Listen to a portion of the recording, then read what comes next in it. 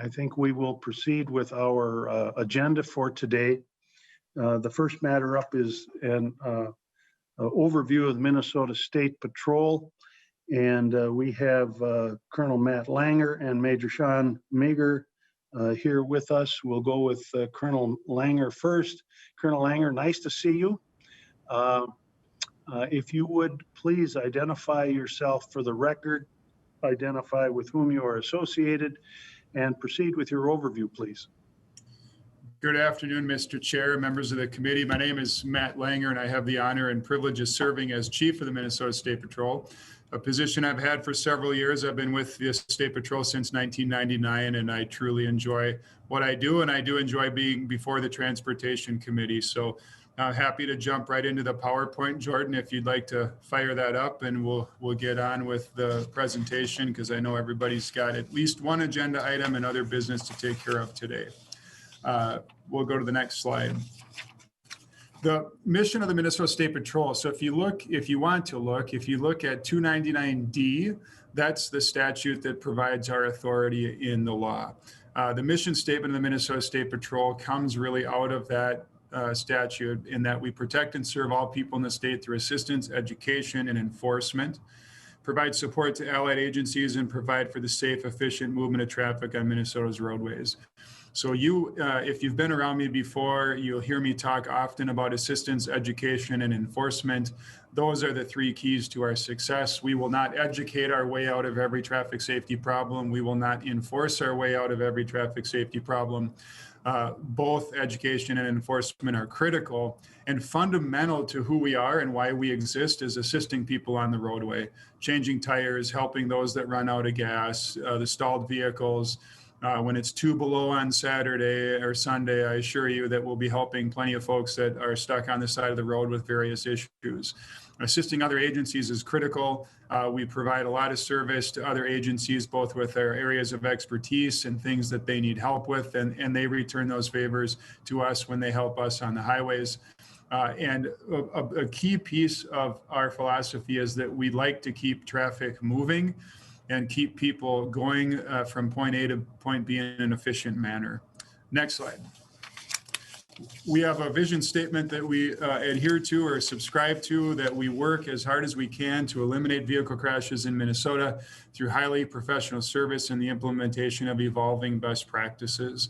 So sometimes this is easier said than done, but we work very hard to stay connected across the country and across the world through various organizations to be aware of emerging best practices, to be aware of what's working, to be aware of what's not. And then I take it as our responsibility to do our best to employ those pieces of technology, those best practices, those policies, those training endeavors within the Minnesota State Patrol to make it the absolute best that it can be, which brings me to our next slide on our core values.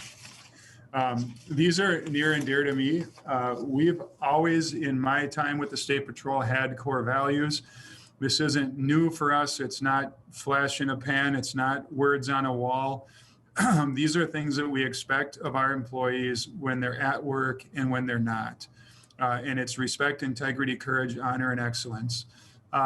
Quite honestly, these are the things that you must have in order to be successful within the Minnesota State Patrol. Respect, meaning that we treat each other with respect inside the organization. It doesn't matter your rank or how long you've been here. And we treat each other with respect outside of the organization. We don't always get treated with respect, and sometimes we're not the best in the way that we conduct business, but we try as hard as we can to adhere to the core value of respect.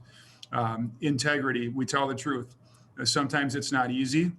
Sometimes it's not flattering, but the truth is always more simple and easier to understand than anything that we can fabricate to try to make the story make us look better or make something out of a situation that it frankly is not. Courage is critical. Of course, in the law enforcement world, there's courage related to all of the things that happen, whether it's stopping a car all by yourself on Highway 371 at 2:30 in the morning, to all of the fundamental things that you think of when you think courage, you think bravery and law enforcement. But courage goes beyond those traditional physical attributes, and it really means the ability to stand up for what you believe is right, the ability to call something like you see it, the ability to challenge decisions that are made in a respectful manner in the interest of bettering the organization. Courage is really important to us. Honor is critical too. We've been an organization in Minnesota since 1929. And although we have a ton of history and we honor that history, we're not always bound to it either. But just so you understand a few key points to our uniform, the belt buckle that we have is reminiscent of a Pennsylvania Dutch belt buckle. And the reason is when the Minnesota legislature was contemplating a state patrol, they sent people out to look at other state police agencies. And one of the states that they went to was Pennsylvania. And so there are pieces of our original history that are still part of our uniform. We used to be gray. You might wonder why we are maroon. And that's because once upon a time, the University of Minnesota Golden Gophers were undefeated and national champions. And believe it or not, it's true that we changed from gray to maroon because of the Gopher football team. So I've told Coach PJ Fleck that I've often expected similar things under his coaching ability at the U, because we are attached with that piece of history that is not always well known, but absolutely the truth. And last but not least, excellence. We strive for excellence in all that we do. We're not perfect. I'm not perfect, but I tell people that often I go home thinking about how I could have done things different, how I could have done things better, and then I figure out how to make those changes to come back and work on it the next day. So excellence isn't a destination, it's a journey, and we need to keep working on that every single day. And frankly, if we keep these core values in mind and exercise them, the rest of the policies and procedures that we have fall into place. These core values are really critical. Next slide. We're organized into 11 patrol districts. You'll see them around the state. And then we have other districts that we aren't patrol districts. They're not operational districts, but they include our aviation section, our investigative services section, our training and development section, capital security and executive protection, commercial vehicle. These are the districts that support and do great work outside of the 11 operational districts around the state. Next slide. Just as an overview for staffing, there are 601 troopers. That number changes, obviously, when troopers retire or get hired as they come in and out of the organization. One thing that I'd like to dispel, and those of you that have been around the Transportation Committee a long time know this, and newer members, I just like to help educate. There is not a complement of state troopers. Nothing in law says how many state troopers there are. We have an appropriation in the Trunk Highway Fund, and then our job is to hire, I think, as many troopers as we can to go out and fulfill the mission and to have the support they need with other members of the organization to do their work. But there is no complement of how many state troopers that we are directed or ordered to have. We have 81 dispatchers. They work out of 2 PSAPs, public safety answering points, one in Roseville, one in Rochester. We also have dispatchers at the Capitol Security Division within the Capitol itself. 39 commercial vehicle inspectors. These are non-sworn positions. We used to have more of those. We have fewer now as a result of some court rulings that limited the scope under which they can operate and do their job successfully. They're subject matter experts on related items to commercial vehicle inspection. They do a lot of great work in a lot of ways to make sure that our freight system is safe and that our roads are safe for everyone, including those commercial vehicle operators. We have 54 Capitol security officers, also non-sworn. They wear the blue uniforms. In addition to the troopers that we have at the Capitol, those security officers do a wonderful job. They've been there a long time. They're excellent at what they do, and they augment the security that goes on the Capitol complex. And I will talk a little bit about Capitol security in greater detail toward the end. We also have 66 support staff. We wouldn't be successful without our support staff. We have tremendously talented support staff members who believe in their work, who believe in what the State Patrol does, who exemplify our core values and come to work every single day in support of those that are out on the front lines doing the work of the State Patrol. Next slide. We have a variety of services. I'll just touch on them. This is in alphabetical order. We have an aviation section that operates 2 helicopters and a fleet of small fixed wing aircraft, either Cessna 182s or a Cirrus SR-22.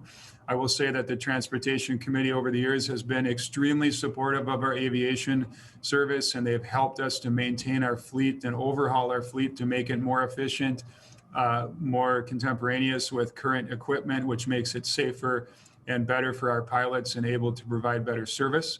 They fly out of both St. Paul and Brainerd. We have a canine program with drug sniffing dogs. We don't have any apprehension dogs. We have drug sniffing dogs, and we also have one explosives detection canine at the Capitol. Her name is Matka. Perhaps you've seen her around. We have a Capitol security section. I'll talk about, obviously, commercial vehicle enforcement is a big chunk of what the State Patrol does. They do a lot of education. They do a lot of enforcement. They do a lot of compliance checks. Within the commercial vehicle section lies the Office of Pupil Transportation. The Minnesota State Patrol inspects every single school bus in the state of Minnesota every single year to make sure that our children can get to and from school safely. And then we operate fixed weigh scale sites around the state to make sure that we can do our best to continue investing in our road system by keeping the current road system safe from premature deterioration as a result of overweight trucks. Crash reconstruction is near and dear to me. I spent 4 years doing that. We've got a crash reconstruction team in the Metro. They do that work full time. Other troopers around the state also specialize in crash reconstruction and do that in addition to their regular duties. Their job is to figure out not just what happened, but why it happened, so we can either hold people accountable or learn different ways to prevent crashes, or both, and provide answers to families who tragically have lost someone as a result of a fatal crash. Crowd control and civil unrest has never been at the forefront like it has been this year for a variety of reasons. I'll tell you, probably, Mr. Chair, members of the committee, 4 or 5 years ago, I wouldn't have put that on as a service provided, even though it was something that we did, because it didn't rise to the level of being added and talked about here. But for a variety of reasons this year, as I'm sure every member of the committee is aware, the State Patrol has found itself doing a lot more crowd control and civil unrest work than ever before. And the foreseeable future presents some challenges for us where we also need to be prepared on those two fronts. DUI enforcement is a critical component of the work we do. We run the drug recognition expert program in Minnesota, the DRE program. So not only are we doing a lot of drug impaired driving enforcement work, we're also do a lot of training to help other agencies be successful in both detecting and processing impaired driving, be it alcohol or drugs or both. Under the law, we're charged with executive protection for the governor and the governor's family, and other key pieces of language under 299D related to executive protection. That's a full-time detail that does that work and takes that extremely seriously, both at the Capitol, the governor's residence, and other places. We have federal programs under commercial vehicle enforcement. I'll touch on that when I get to the budget slide, but we do receive federal grant funds to do commercial vehicle work. Next slide. We operate a big fleet because we have a lot of troopers and their job is to drive. And so we have a great fleet management office that works on everything from the belt buckles I talked about to the campaign hats we wear to the squad cars that we buy, and all of the work that goes into both procuring, installing, managing, and then sunsetting that equipment from birth to death through its life cycle. We have an investigative services section that houses a lot of the work that I'll talk about in other ways, from crash reconstruction to canine to vehicle crimes, but that's organized under investigative services, and they do some specialized work that frankly other agencies aren't able to provide to serve the public. We have public information officers around the state that work hard to educate and get our messages out through the media, both after something happens, but also to provide that proactive information that comes with campaigns, whether it's seatbelt or the current speeding campaign, the speed campaign that we're working on right now, with more information coming next week on that. Dispatch or radio communications I talked about already out of 2 centers, Rochester and Roseville. We have a special response team originally implemented years ago to be able to respond to the Capitol complex because there's unique needs there and unique training that's required and specialized skill to navigate the Capitol complex from a special response standpoint, similar to SWAT. Our special response team is also called upon once in a while to Greater Minnesota when they need help. Most recently, the Albert Lee active shooting incident the day after Thanksgiving, when we were called upon to assist the teams that were stressed and exhausted as a result of that incident. Traffic law enforcement, of course, are bread and butter with what we do. Training Academy, we have a training and development section that runs our academy. We're in the process of making final offers this week for an academy that starts on February 22nd, and then a Lido Academy that also begins with the educational component similar to around the time of February 22nd. That is as a result of funding that we received in a special session last year that, although delayed, allowed us thankfully to continue our desire and I think our efficient model of having an academy every single year versus taking a year off and then having to swell and having those academies ebb and flow wildly in terms of numbers. And lastly, Vehicle Crimes Unit. We've got a team of troopers that work specifically on vehicle crimes, dealer fraud, odometer fraud, title fraud, everything from cases like the Denny Hecker incident from years ago that was wide-scale, pervasive fraud, to the person that bought a vehicle off Craigslist and can't get their title from the person who sold it to them. They work very hard with the Department of Revenue and other agencies to recover some of the revenues that are lost to the state of Minnesota. One of the things they do that's really specialized is some foreign state registration. So individuals that buy a motorhome in Montana and register it illegally then avoid paying sales tax on a $300,000 motorhome. And so they work collaboratively with the Department of Revenue and other agencies to ensure that those vehicles in Minnesota are registered appropriately. And as a result, the correct tax and registration is paid when they buy and register those vehicles. Next slide.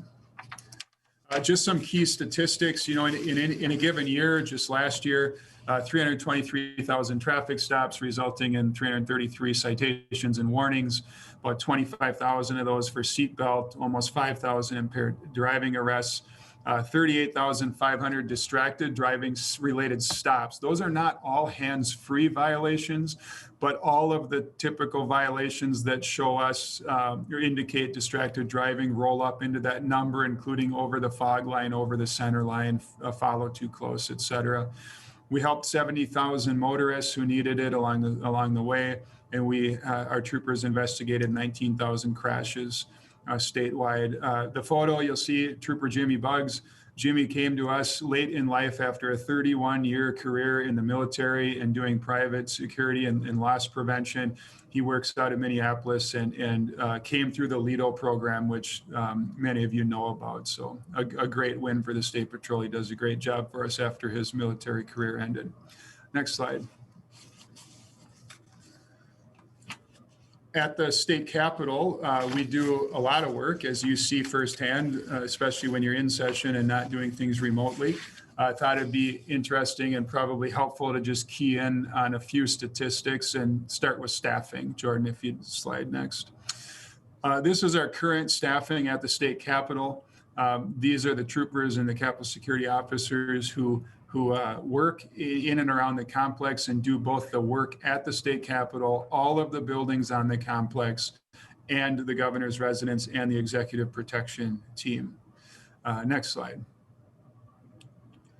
Some of the statistics, as you can see, Matka there being worked in the hallway by Trooper Kai Meinhardt. 81 reports of damage to property last year, 2 stolen vehicle reports, 530 reports of suspicious activity. The Capitol complex remains a really safe place to be. It's top of mind for us. The events recently around the country, Washington, D.C., have really highlighted a lot of questions that in my history comes up from time to time. Various events happen and it sparks a lot of interest. The Capitol Security Advisory Committee has met a couple of times and they're meeting again to grapple with some of the issues related to Capitol security with the group that was convened under law to grapple with those issues. I know Senator Dibble sits on that committee and a lot of good conversation has already happened related to Capitol security and what the needs are, both from a physical infrastructure standpoint, but also from a staffing standpoint. You can see that by the security systems that they have in place, they have a lot of work cut out for them just with the cameras alone and the security automation points or the alarm triggers that they monitor. Next slide. The budget appropriations, that I've been very thankful. We've had tremendous support from the Transportation Committee, both in the House and Senate. It goes back both sides of the aisle, and I've always been personally and professionally appreciative of that support, because without it, we wouldn't be successful toward our job. If you go to the next slide, it gives an overview. Those of you members that have been around the committee for a long time probably know some of these numbers. Those of you that are maybe new to the committee, we're really funded primarily this way. We have the bulk of our funds coming through trunk highway. We have about 10 million that comes to commercial vehicle. Those are trunk highway funds as well. We have 915,000 that comes to vehicle crimes unit out of the HUTD account. We have about 10.5 million in the general fund. That's our capital security allocation. And we have 7 million that comes to commercial vehicles through federal grants. And I can key in on just a couple of things. We had a base budget increase during one of the special sessions last year. That assisted us to do two things. Number one, it helped us recover some of the expenditures that we had related to the unrest in Minneapolis and St. Paul as a result of George Floyd's death. It also included a base budget increase that we were very thankful for, because that honestly allowed us to have the academy that we're hiring for right now. Without that, we would not have had a State Patrol Academy in 2021, and we would have been down 75 to 80 trooper positions thereabouts before we could have had an academy graduate and troopers hit the road in 2022. If you go to the next slide, I thought it might be helpful, and this is the last slide before I'll stand for any questions. The budget change items that we're working toward with approval of Governor Walz is to enhance our capital security, again, out of the general fund with additional troopers and capital security officers. We have some anticipated and projected civil unrest response and preparedness costs, both for the trial that's coming up, scheduled to start March 8th in Minneapolis.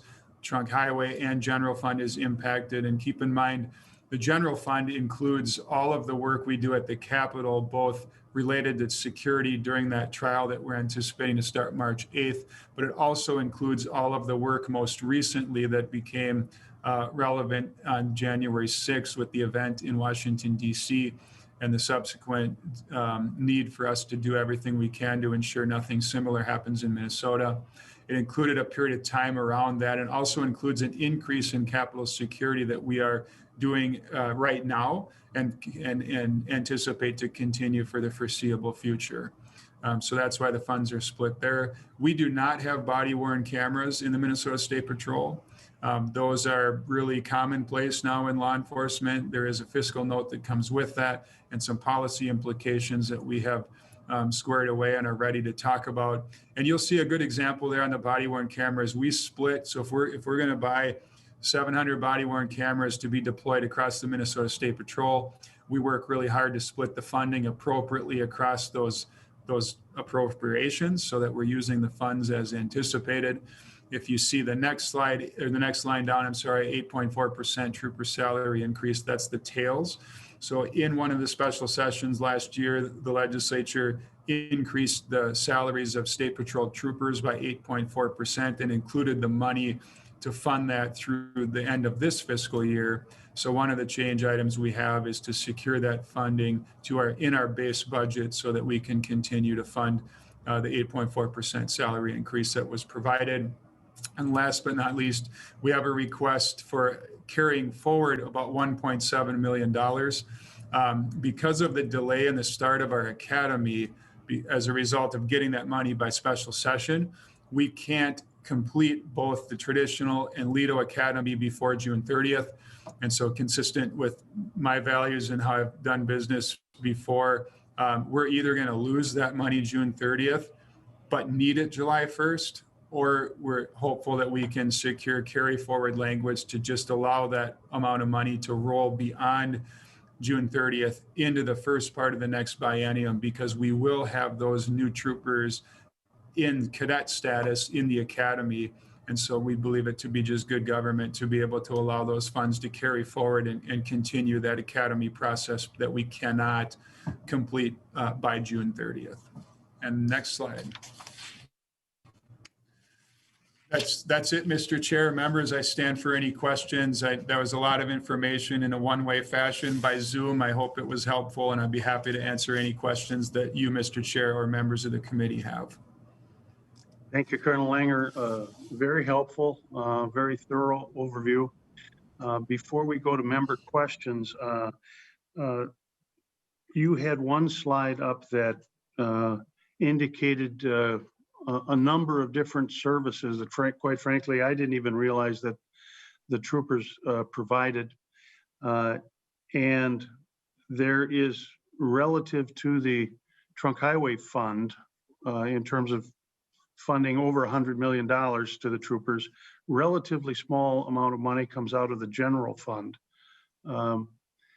Could you elaborate for us a little bit more? I have always sort of thought in terms of the money coming out of the general fund was for just capital security, but if you could break down for us a little bit more of an explanation of the difference between the services that are paid for out of the Trunk Highway Fund versus the services provided out of the general fund.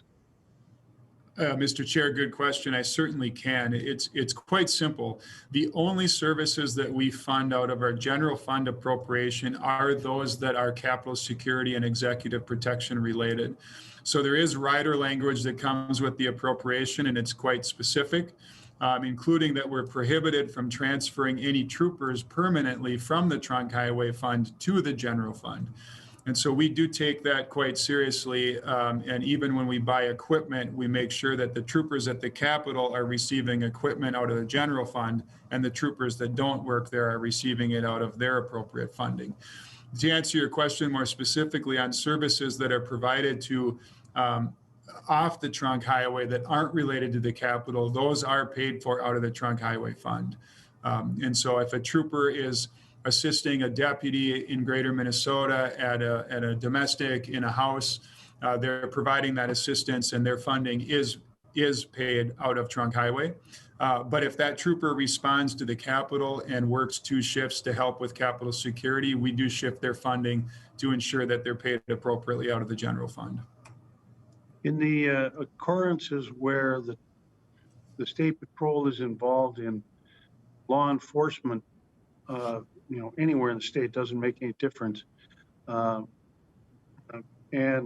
perhaps it's mutual aid, perhaps not, but law enforcement that doesn't involve, the patrolling the highways, for lack of a better term.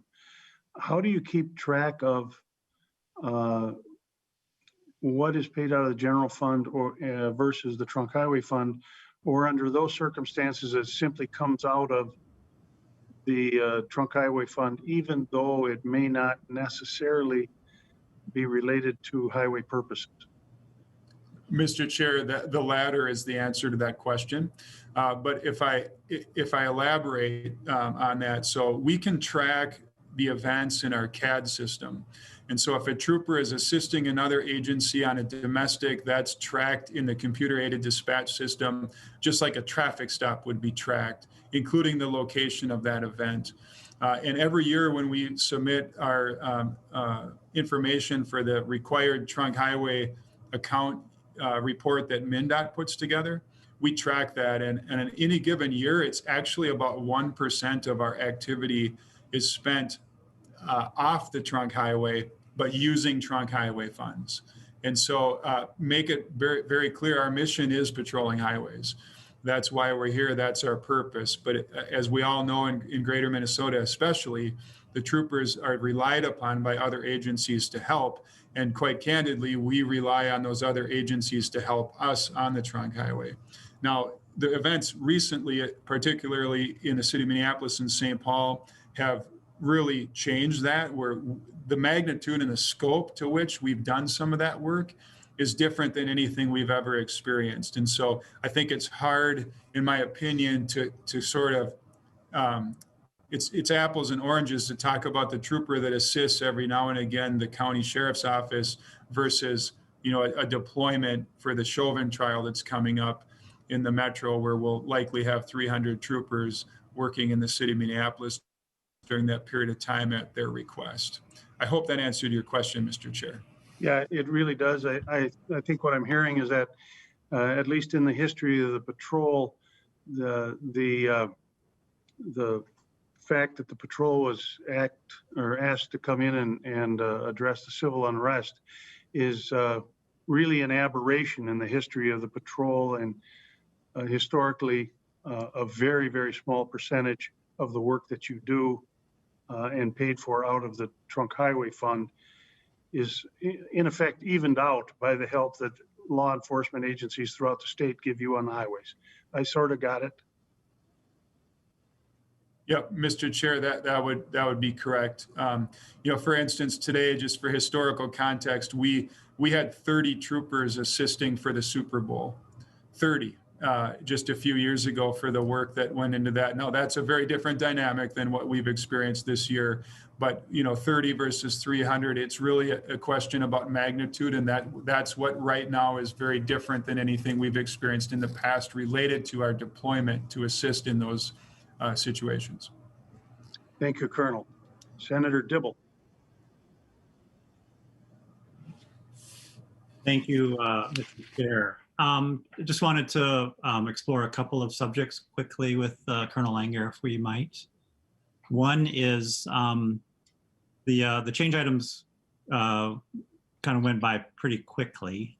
So could we just visit for another couple of minutes on the trooper salary matter? Where we're at on that. It's been the source of a lot of discussion in recent years. I think we kind of came up with the beginnings of a solution, but of course, as we're well aware, these things, salaries go on into the future. They have, proverbial tails. So kind of where are we on that whole subject, and where are we going? And then, of course, my proverbial favorite subject, which is the Trooper Academy. How can we ensure that we're not trying to scrounge together some dollars every year from, savings, et cetera, so that we can rely on a regular schedule of trooper academies. Mr. Chair and Senator Dibble. Colonel Langer. Mr. Chair, Senator Dibble, I'll answer both questions. The first one, so correct, during the special session, one of the special sessions last year, I cannot remember exactly which one, the legislature saw fit to increase the salaries of State Patrol troopers by 8.4%.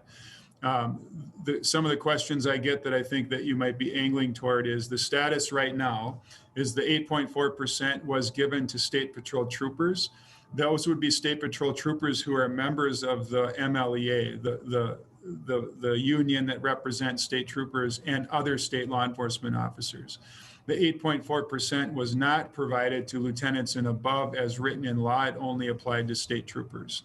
The salary increase was provided, the funding was provided, and there's been a variety of questions and concerns coming from many different directions. And as of right now, we're still awaiting the final compensation study that MMB had contracted with a vendor to provide, and also still waiting for the Office of Legislative Auditor's salary or compensation study that was provided with the same language that required the 8.4% raise. I don't know, Senator Dibble, if that answered your question or not. Senator Dibble. It does. Thank you. Look forward to that analysis. I had forgotten that was what's coming. Thank you. And then on the academy? Yeah, Mr. Chair and Senator Dibble. Colonel Langer. Mr. Chair, Senator Dibble, on the academy funds. So quite candidly, there was a great effort. I believe, Senator Dibble, when you were chair, there was an effort bipartisan to secure $4.5 million and set that aside for, I believe it came first as one-time money, and then it was rolled into the base. And the intention there was that every single year, the State Patrol would have funds available to host the academy that is required to mint those new state troopers. And regrettably, what happened was, due to budget pressures that weren't covered in base budget increases, the $4.5 million was eroded to the point that we didn't have that money to continue to fund those academies. So for instance, if healthcare increases go up beyond the base budget increase that covers it, or wage increases go up beyond the base budget increase that covers it, we still have to meet our salary needs, and we have to meet our equipment needs and continue running the operation. And so right now, that money is back in the budget and is subject again to creep or unintended consequences or intentional cuts, however you want to call it. But Mr. Chair, Senator Dibble, I think there's ways to address that, and I'm happy to figure out a way to get there, because fundamental to our ability to be really efficient and effective with the use of our tax dollars and our trunk highway funds is to have an academy every single year that allows us to fill roughly 30 or 35 vacancies. It doesn't do us or the public any favors to miss a year and then hire twice as many troopers the following year. It's more cumbersome, it's more difficult, it takes longer to get those troopers out. And that time that we miss having replacement troopers graduate is time that the citizens that use our roads don't have the service that's provided by the troopers that are out doing their jobs. So I look forward to additional conversation on that point, because I think it's really a critical part of our operation. Senator Dibble? Thanks. Just one more quick comment to yourself and the committee, Mr. Chair. If we do succeed in granting the request to roll over the funds to the next biennial fiscal period, and they have a trooper academy this year later on in the summer, I would encourage folks, I assume Colonel Langer, you would invite legislators up like you did me that one time to visit Fort Ripley for the academy. Is really interesting and a worthwhile trip for everyone. Colonel Langer, could you entertain a request to provide us with a tour? Mr. Chair, Senator Dibble, members of the committee, anytime.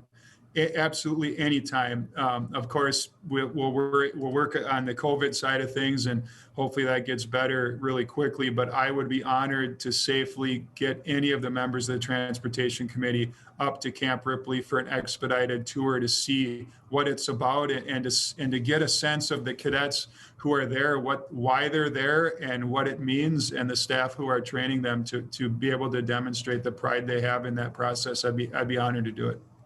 Thank you, Colonel. We look forward to it. Perhaps we'll do it when it's a little warmer. Senator Yazinski. Thank you, Mr. Chair. And again, I want to thank Colonel Langer and the whole State Patrol, everyone out there. You do a phenomenal job for us here in Minnesota. The most professional people I know, not only from civil unrest to your aviation program to Capitol security. You guys do a great job. I have a question, and it goes back a little bit to the civil unrest and the recent election day security here at the Capitol. Who determines the amount of staffing we have? Again, I know we responded to the civil unrest at some point in that back in May, and just over the election cycle, we've had a lot of extra added security. And I've discussed this with you on some of my concerns on the numbers and things like that. So in the recent months in November, who upped the security? Is that a call by you as our colonel, or is it the governor's office, or who makes that additional officers just recently in November with the number of officers that are patrolling here at the Capitol Security Complex?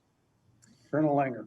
Mr. Chair, Senator Jasinski, it's a great question. And quite honestly, it's one of the most difficult things that I have on my desk, is trying to figure out how many troopers we need to cover an incident that we either predict is coming or that we're responding to.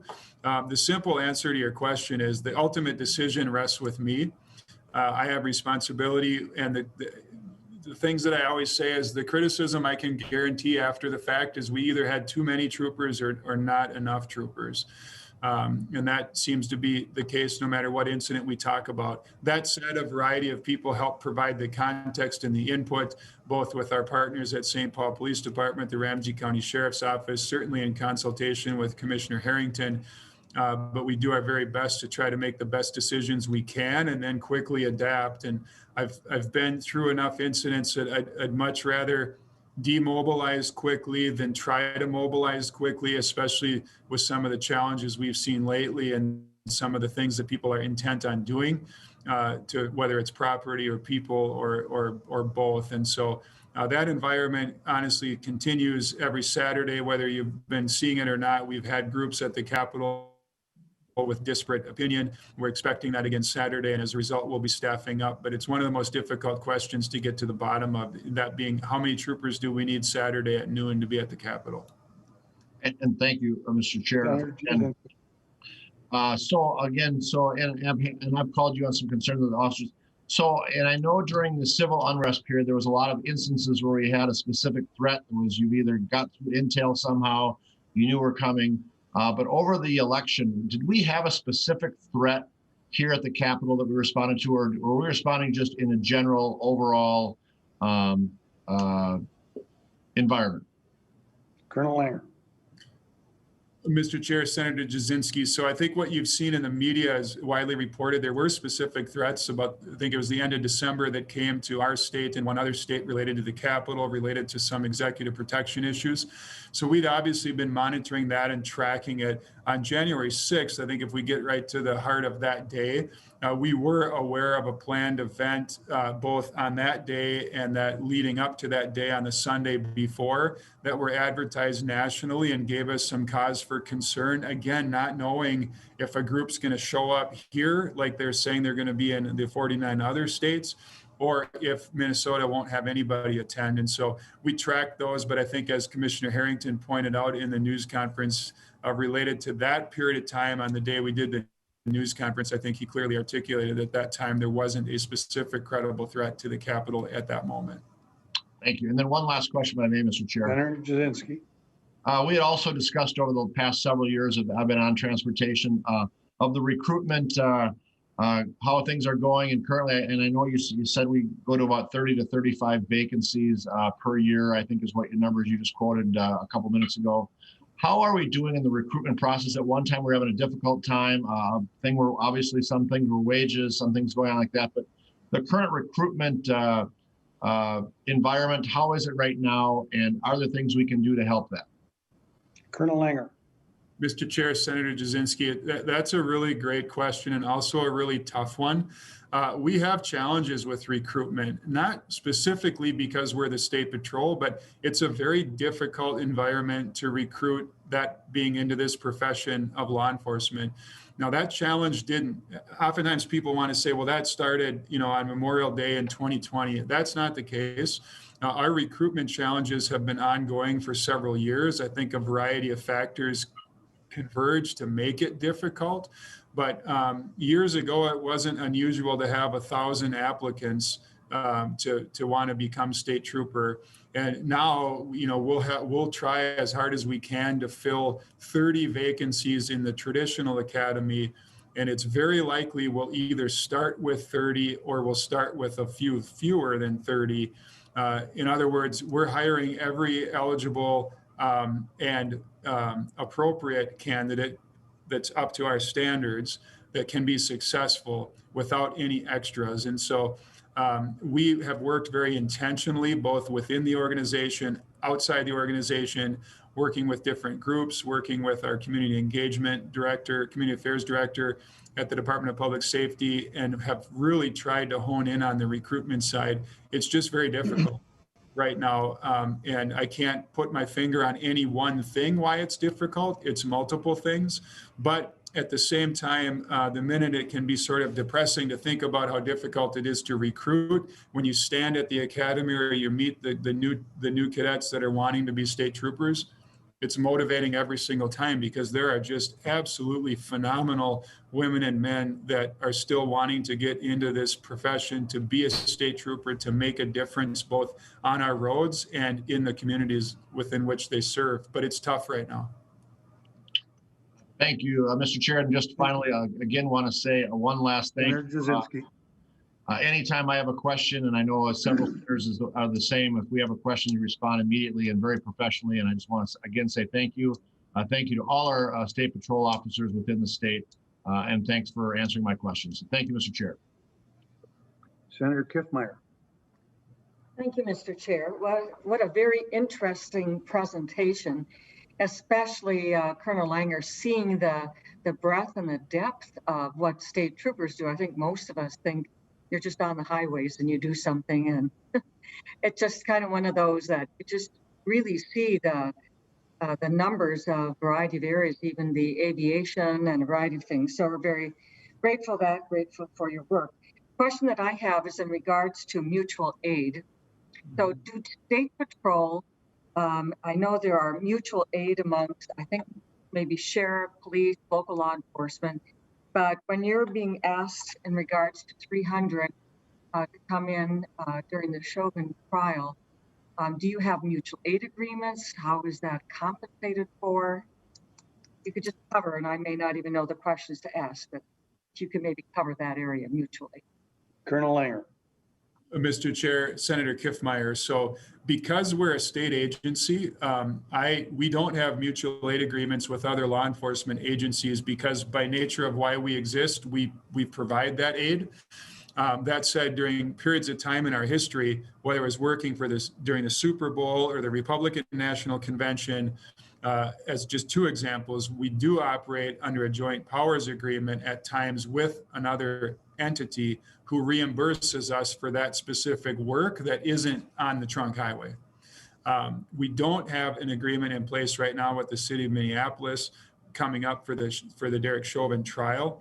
And the current mutual aid agreement that they have in place does not include state agencies. So that's top of mind for us. That's why I put it as one of the budget change items. And I fully expect there to be questions about that and conversation about how we get the State Patrol in a position to do exactly what the city needs us to do and to provide that service, but also to make sure that we're doing it in a way that is a legitimate and appropriate use of the funds under the purview in your committee with the transportation side in the Senate.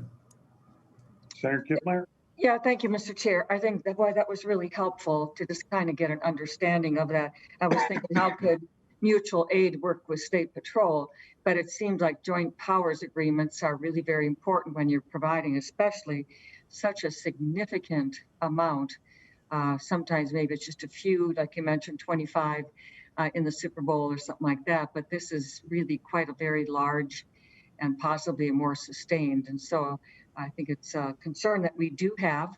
And also because of all the other things that you do in regards to the State Patrol area, we've got to protect those as well, because they're all very important functions.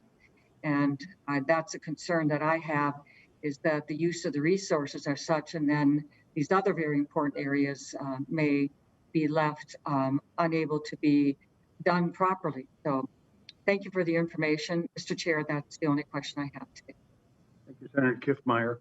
Members, I do not have any other members indicating they wish to answer any questions, and I'm kind of looking around. I'm not seeing anybody waving at me. So that would complete the presentation of the overview by the State Patrol. Colonel Langer, thank you very much for coming in today and providing this information to us. And we look forward in the Transportation Committee to continue working with you in the future. So thank you very much. Mr. Chair, members, my pleasure. And believe me, any questions you have, I take great pride in being responsive and getting you the answers. So just let me know. Thank you, Colonel. With that, members, we are going to go to the second item on our agenda, which is Senate File 173. That is my bill, so I will at this time pass the gavel to Senator Yazinski. Thank you, Senator Newman. Again, we have Senate File number 173. This is the voter ID bill. Senator Newman, to your bill. Thank you, Mr. Chair. The voter ID bill is Senate File 173. There are several basic areas of transportation that this committee has jurisdiction of within that bill.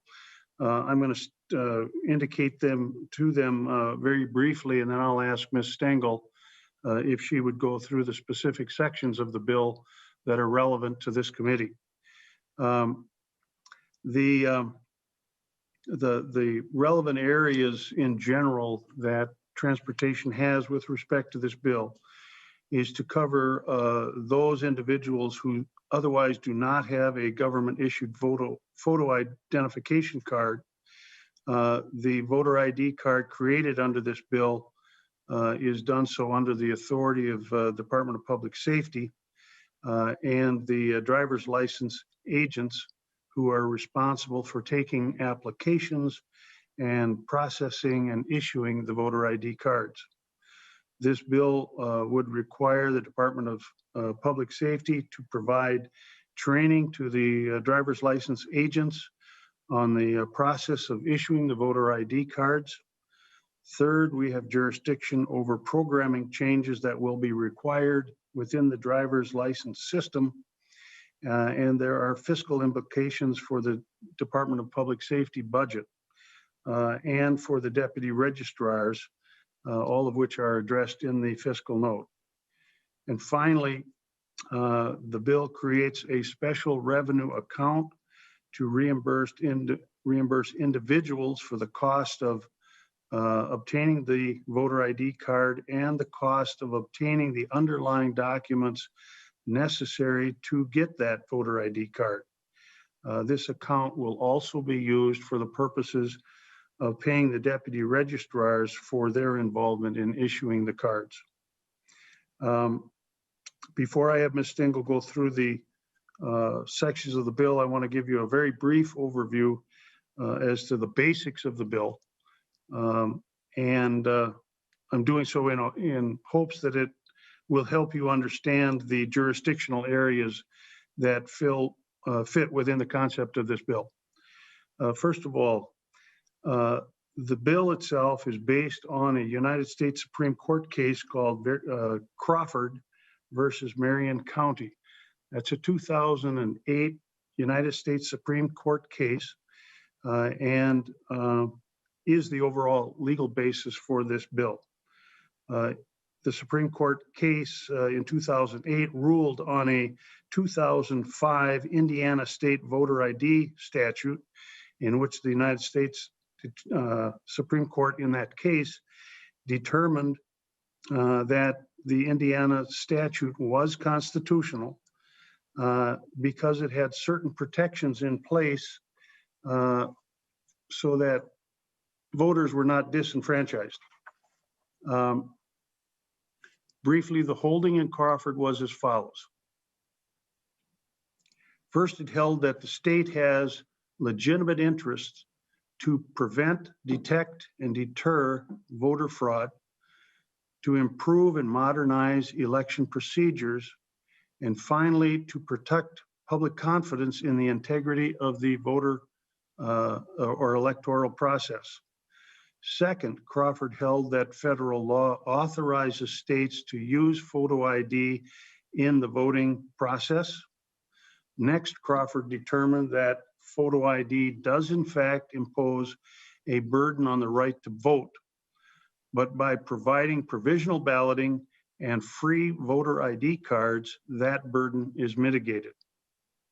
And finally, Justice Stevens, who is the justice that wrote the opinion, indicated that there is a somewhat heavier burden that falls on, and here he specified the groups of individuals, that falls on the elderly, those born out of the state, or those with economic or personal limitations. However, that burden is mitigated when the voter is unable to obtain the documents necessary to receive the voter ID card, and by allowing those voters to execute an affidavit affirming that they have tried and have been unable to obtain a voter ID card. In those cases, the voter is allowed to cast a ballot, and the ballot is counted. In Senate File 173, I have followed the mandates as laid out by Crawford, which are protect the legitimate state interests in the integrity of our election process and minimize the burden on those who are required to obtain a voter ID card. Mr. Chairman, at this point, if I could have Ms. Stengel walk us through that portion of the bill that relates to this committee. Thank you, Senator Newman. Ms. Stengel, go ahead, please. Thank you, Mr. Chair and members. There are several sections under the Transportation Committee's jurisdiction. The first is on page 39, section 5, and section 6, also on page 39, specify that no fee can be charged for a voter ID card. On page 39, section 7, specifies the information that must be on the application for a voter ID card and classifies that data. Page 40, section 8, Again, is another section where it specifies that driver's license agents are prohibited from charging filing fees for somebody who applies for a voter ID card. Generally, a driver's license agent is allowed to charge $8 for each application for a driver's license. In this case, they're not allowed to charge that fee, but instead will be reimbursed by the commissioner in the amount of $8 for each voter ID card that is issued. On page 40, section 9, it requires the commissioner to issue a voter ID card to an eligible voter who doesn't already have a driver's license or state ID card. And it makes some specifications about what must be on the card and what the card must look like. The voter ID card is only being used for voting purposes. On page 40, section 10, it talks about expiration. Generally, a voter ID card is valid for 4 years, except for persons over 65, it's valid for 8. For military members serving outside of the state and their spouses, the expiration is longer and depends on the terms of their deployment. On page 42, section 11, requires a person to get a new voter ID card and move or change names. On page 43, section 12, the Commissioner of Public Safety must cancel a voter ID card if the card holder is not entitled to that card. On page 45, section 14, this is the section that creates the voter ID card account in the Special Revenue Fund. And this is the account that makes various disbursements to pay for the cost of the bill. And this Boyd can elaborate on that if there are questions. On page 36, that must be page 46, section 38. The Commissioner of Public Safety has to provide training for driver's license agents on issuing these cards. And section 39 makes a variety of appropriations from the general fund to the Secretary of State, Commissioner of Public Safety, and the Commissioner of MND to implement the portions of the Act. In Article 2, sections 1 through 9 are also in the committee jurisdiction. But I will note that Article 2 is an article entirely of conforming changes with cross-references and references to voter ID cards have to be inserted, so there aren't any policy changes in Article 2. Thank you, Mr. Chair. Thank you, Ms. Stengel. Senator Newman. Mr. Chairman, in the previous committee hearing in state government, we spent, I don't know, hour and 45 minutes or so on the bill, and there were a number of folks who came in and testified on the bill. And so consequently, today, we have no testifiers on deck to testify that at least I am aware of.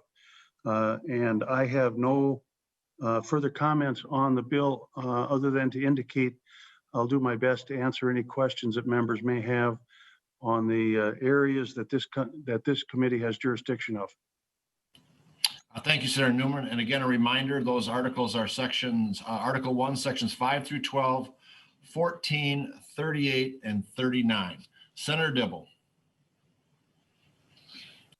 Thank you, Mr. Chair. Just a very, very quick question kind of at the top here. I've reviewed the fiscal note and listened to your presentation, and I've read the bill, but it's a lot.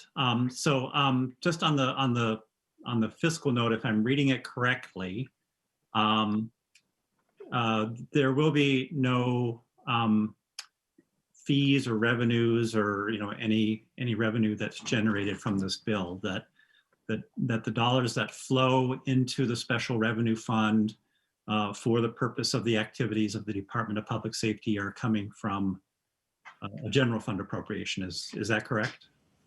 Senator Newman. That is my understanding, Senator Dibble. Okay, thank you. I just wanted to be clear.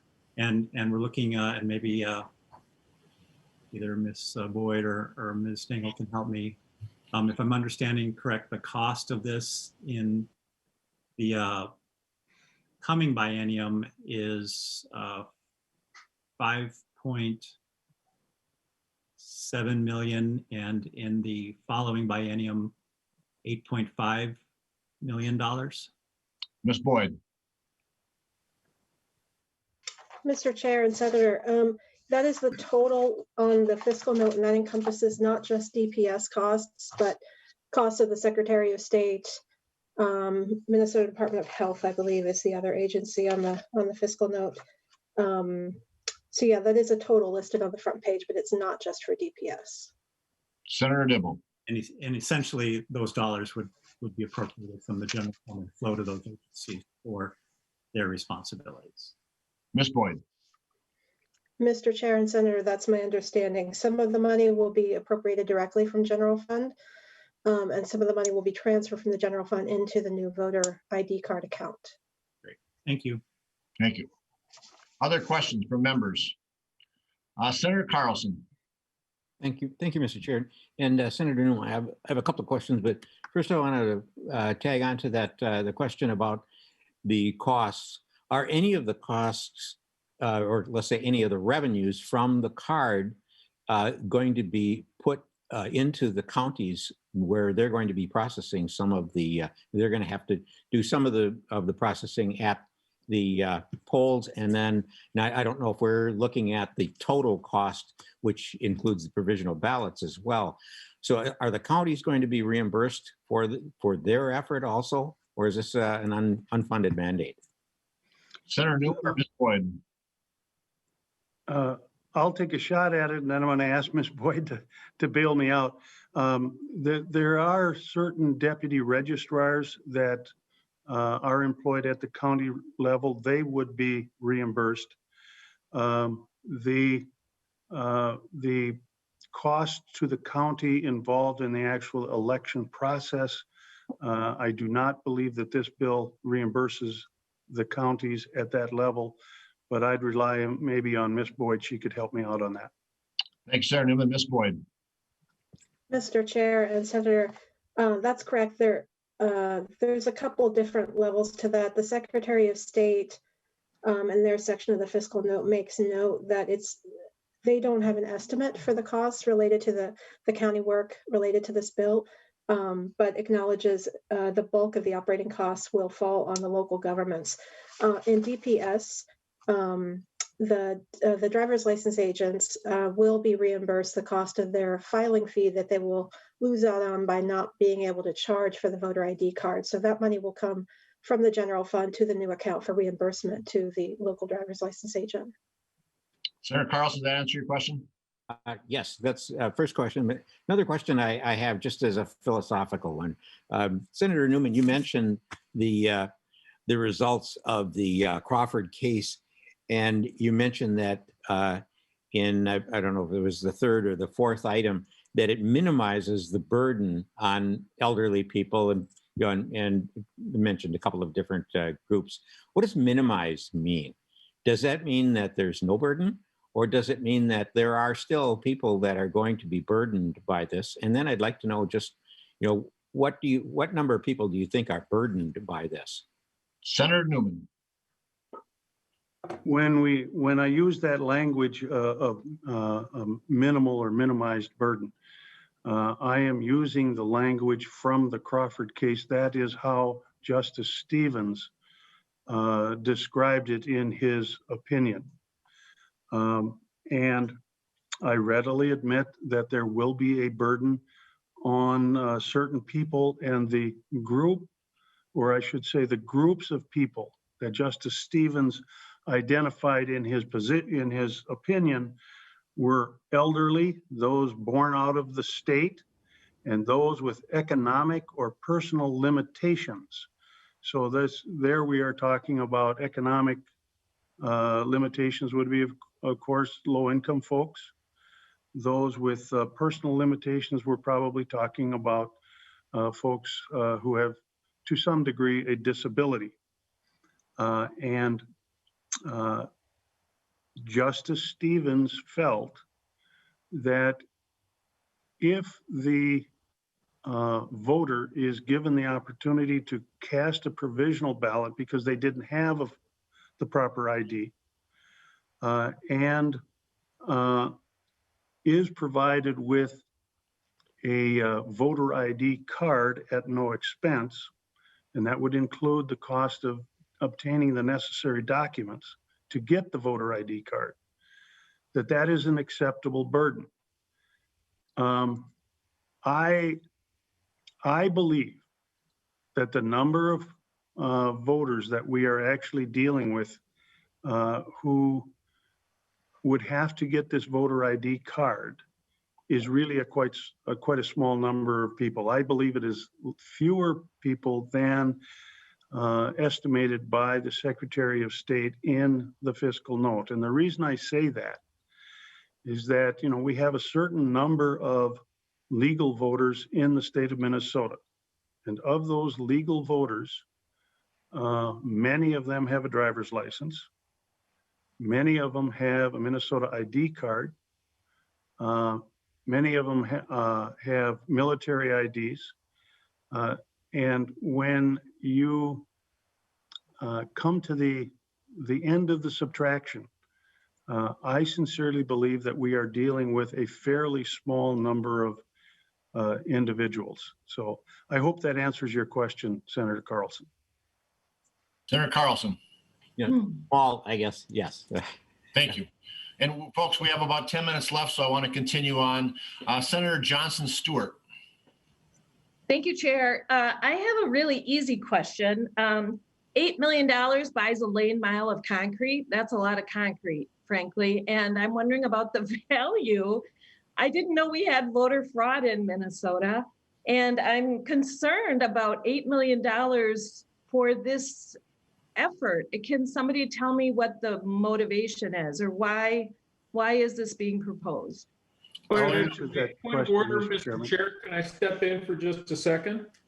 Senator Osmond, for which reason do you stop? I point out we are not talking about voter fraud in this committee. We are talking about the ID itself.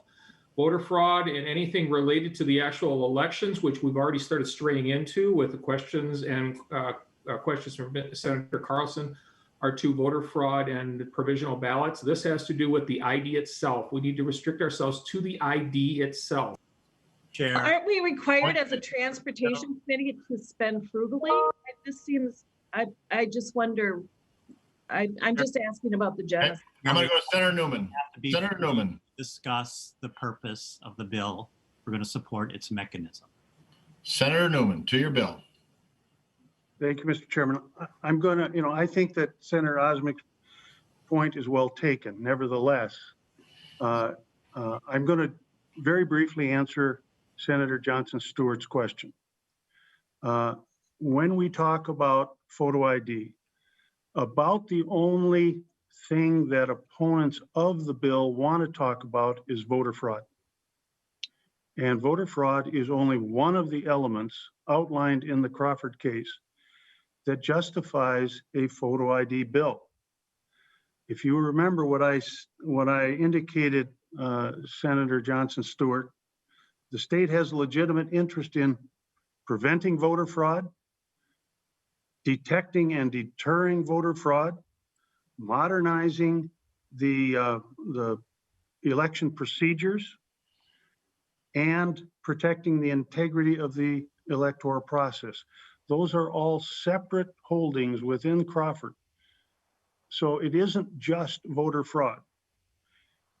And finally, I would indicate that the Supreme Court case held that voter fraud is a matter of historical fact.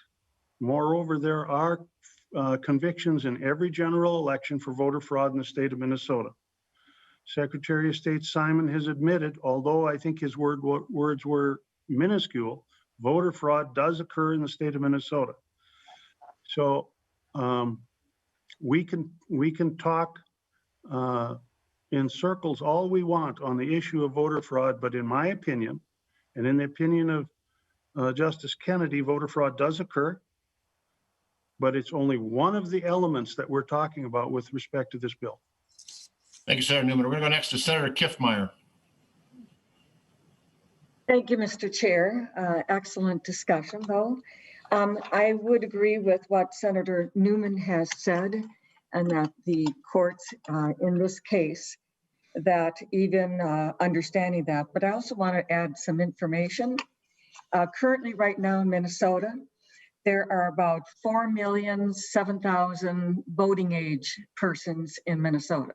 4,007,000. Currently in Minnesota, including as of January 2nd this year, there are This is coming from Minnesota Real ID driver's license and ID card holders, enhanced driver's license and ID card holders, and standard driver's license and ID card holders. Of all of those individual ones, there are 4,712,513 as of that particular date. So we have 4,007,000 voters and 4,712,000 IDs just in that category, which does not count some of the other IDs that Senator Newman has included in the presentation of his bill, which is quite varied and gives great deal of opportunity, including things like a tribal ID. So when it has a photo. So at any rate, I just thought that would be pertinent to the discussion that we're having here today, and to show that the numbers of those who might have this. And by the way, with our current equipment that we have in voter registration in the precincts and the polling places, they are equipped to read such items. So anyway, but I think that combination of 4,007,000 voting population, 4,712,000 plus of actual IDs just in that category was a good piece of information I thought the committee should have. Thank you, Senator Kiffmeyer. Senator Osmek. Thank you, Mr. Chair. A question for Senator Newman. Senator Newman, what are the secondary benefits of having a state-issued ID card? When it comes to life in Minnesota, you need an ID card to do a number of activities.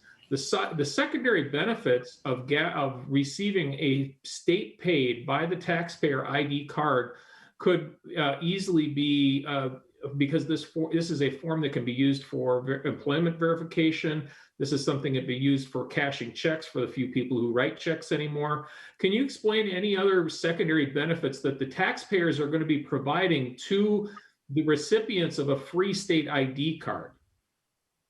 Well, Senator Osmek, the voter ID card that is anticipated in this bill will have a singular use, and that is to vote. You may be thinking of a Minnesota identification card, which can be used for a multitude of different purposes. But in this case, the voter ID card can only be used for voting. Okay. But again, I sincerely believe that we are dealing with a very small slice of the population of the state of Minnesota who are eligible voters that would receive this free voter ID card. Thank you. Senator Newman, thank you. A roll call has been requested. A roll call is granted. Mr. Chair, if you wouldn't mind. Yeah, thank you, Mr. Kiffmeyer. Chair. I would say probably one of the greatest benefits for those who would be in need of this actually are in regards to the underlying documents in order to get the voter ID. That's a very significant help to a population that if they are in this situation and they are still there, those underlying documents are of great value to them individually. Thank you, Mr. Chair.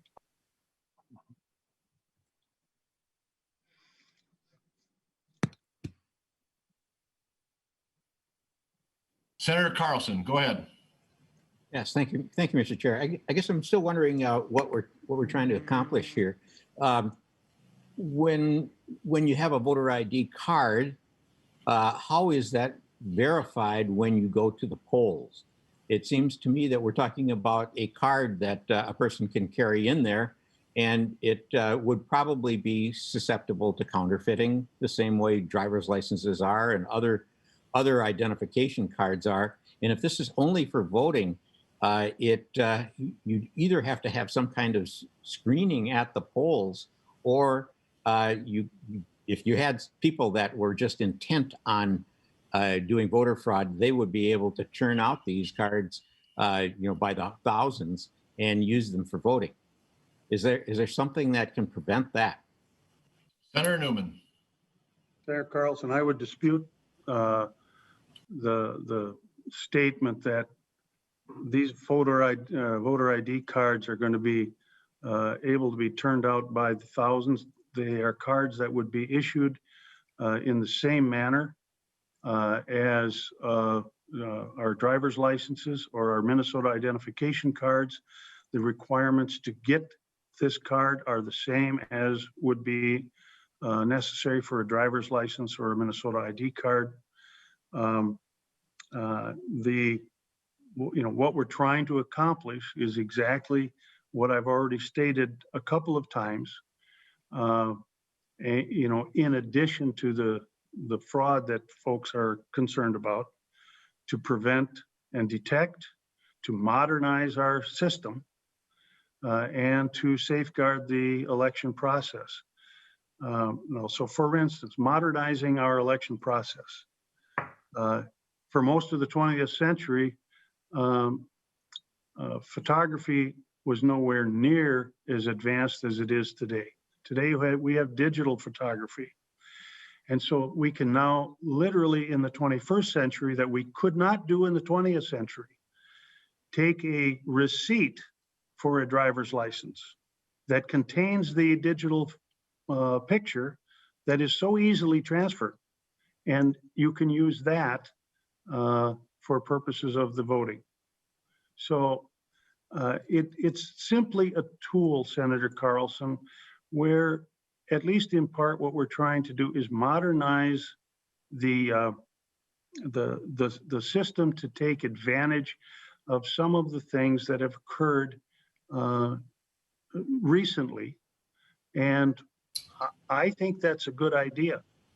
And certainly Justice Kennedy thought it was a good idea when he put it in that statement in his Crawford opinion, where the state has a legitimate interest in modernizing the election process. So we don't have an election process now like we did, say, 100 years ago.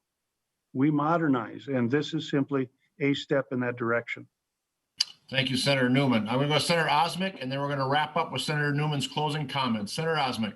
Thank you, Mr. Chair. I just wanted to clarify, that's why I asked the question to Senator Newman of, is this the separation between a regular state ID card and this card? I want to make sure that was perfectly clear. Also, the financial implication of this is 1/112 based upon $4 million over a $50 billion budget, general fund budget.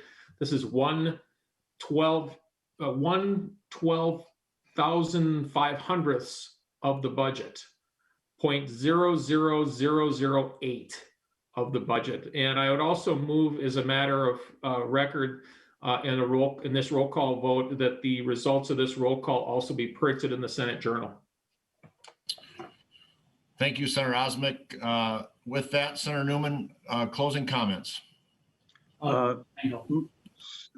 Chairman, Ms. Stengel is raising her hand and waving, and I think it's because it takes 3 hands to have it planted in the Senate Journal. I'm sorry. Those requesting, please raise your hand for the record. There being more than 3 hands raised, the results will be printed in the Journal. Senator Newman. Thank you, Mr. Chairman, and Ms. Stengel, thank you for waving your hand. It's sort of a new way to get the attention, but it's going to have to suffice. Members, that's all I have in terms of a presentation, other than I do want to thank you for the discussion. I think it's something that is worthy of having a civil discourse over, and I'm really very happy that here in the Transportation Committee we have just accomplished that. So thank you very much, Mr. Chairman. And with that, I would move that Senate File 173 be recommended to pass and be re-referred to the Committee on Civil Law and Data Practices. Thank you, Senator Newman. Senator Dibble, do you have a brief question about the vote? Just a quick concluding statement, which is I would encourage a no vote for this bill. $8 million is $8 million. I don't think it's been shown or articulated the benefit whatsoever, and I think it's been articulated that in fact it would harm people and their ability to access the ability to vote, and it would put our agencies to great effort as well as our local authorities, as well as the deputy registrars and individuals and the like. And so I just don't think, when we propose legislation, we're trying to solve problems, and there is no problem to be solved here. Thank you, Mr. Chair. Thank you, Senator Dibble. And then just a reminder, we'll do the roll call. With that, I'll turn it over to Mr. Woldridge. But just a reminder, when you are asked to vote, please signify by saying aye and raise a thumbs up so that they can take the roll. With that, Mr. Woldridge. All right. Chair Newman.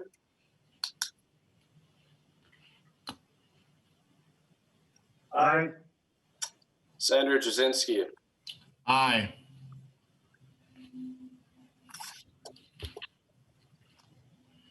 Senator Dibble.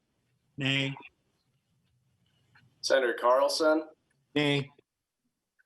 Senator Coleman. Aye. Senator Johnson Stewart. Nay. Senator Kiffmeyer. Aye. Senator McEwen. Nay. Senator Osmek. Aye. All right, that concludes the roll call. Thank you. With the ayes voting, with 5 yes votes and 4 no votes, the bill does pass and will now be re-referred to civil law and data practices.